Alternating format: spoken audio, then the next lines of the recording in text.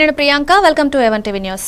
వివరాల్లోకి వెళ్తే తెనాలి మండలం అంగలకుదురు కోపల్లె గ్రామాలలో 1.43 కోట్ల రూపాయలతో జరుగుతున్న పంట కాలువల మరమ్మత్తు పనులను మంత్రి నాదెండ్ల మనోహర్ పరిశీలించారు. ఈ పనులు వేగవంతంగా నాణ్యతతో జరిగేలా చూడాలని ఆయన అధికారులను ఆదేశించారు. రైతులకు సాగునీటి సమస్యలు తలెత్తకుండా కాలువ పనులు సకాలంలో పూర్తి చేస్తామని మంత్రి తెలిపారు. రైతులకు ఇబ్బందులు లేకుండా పనులు చేపట్టినట్లు తెలిపారు.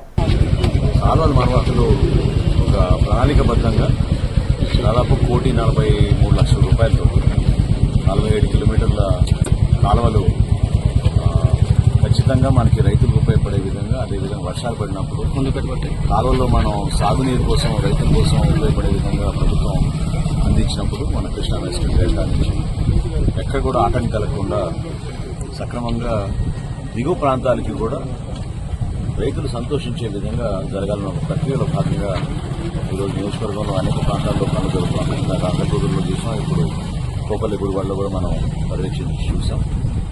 ఖచ్చితంగా ఒక 4-5 రోజుల్లో ఈ వర్క్లన్నీ కూడా ఇంకా వేగవంతంగా ముందుకెళ్లి వర్షాలు వచ్చే లోపు మన నియోజకవర్గంలో మన ప్రజలందరికీ కూడా ఈ కార్యక్రమం ఉపయోగపడే విధంగా స్థానిక సంస్థల్లో ఉన్న ప్రజాప్రతినిధులు, అదేవిధంగా మన డిస్ట్రిబ్యూటరీ ఛానల్ కమిటీ మెంబర్లు అందరూ కూడా దీంట్లో పాల్గొనాలి.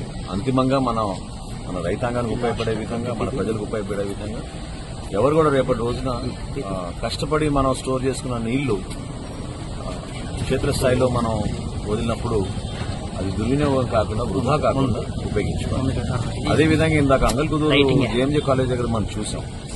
ఊహించని విధానంలో భయంకరంగా ప్లాస్టిక్ అనేది డైరెక్ట్ గా కాలువల్లో వదిలేసి మున్సిపాలిటీ నుంచి మనకి గ్రామాల్లోకి తరలి వస్తుంది. చాలా ఇబ్బందికరమైన పరిస్థితి. ప్రజలందరూ కూడా నేను కోరుతున్నాను, దయచేసి మీరు సహకరించాలి. తడి చెత్త పొడి చెత్త అనే కార్యక్రమం మనం చేస్తున్నాం. ఇంటింటికి వచ్చి మనం సేకరిస్తున్నాం.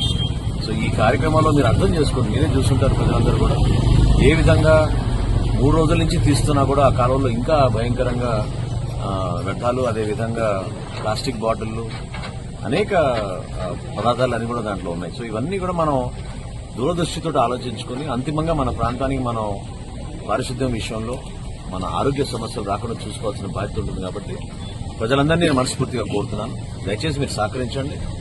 పంచాయతీ సిబ్బంది, అదేవిధంగా మున్సిపల్ సిబ్బంది ఎవరైతే కష్టపడి పాపం అహర్నిశలు కృషి చేస్తున్నారో వాళ్ళకి మీరు ఒక భరోసా ఇచ్చే విధంగా, అండగా ఉండే విధంగా తడి చెత్త పొడి చెత్త సేకరణ పర్ఫెక్ట్ గా జరిగేటట్టు మీరు అందరూ కూడా బాధ్యత తీసుకోవాలని మనస్ఫూర్తిగా కోరుతున్నాను.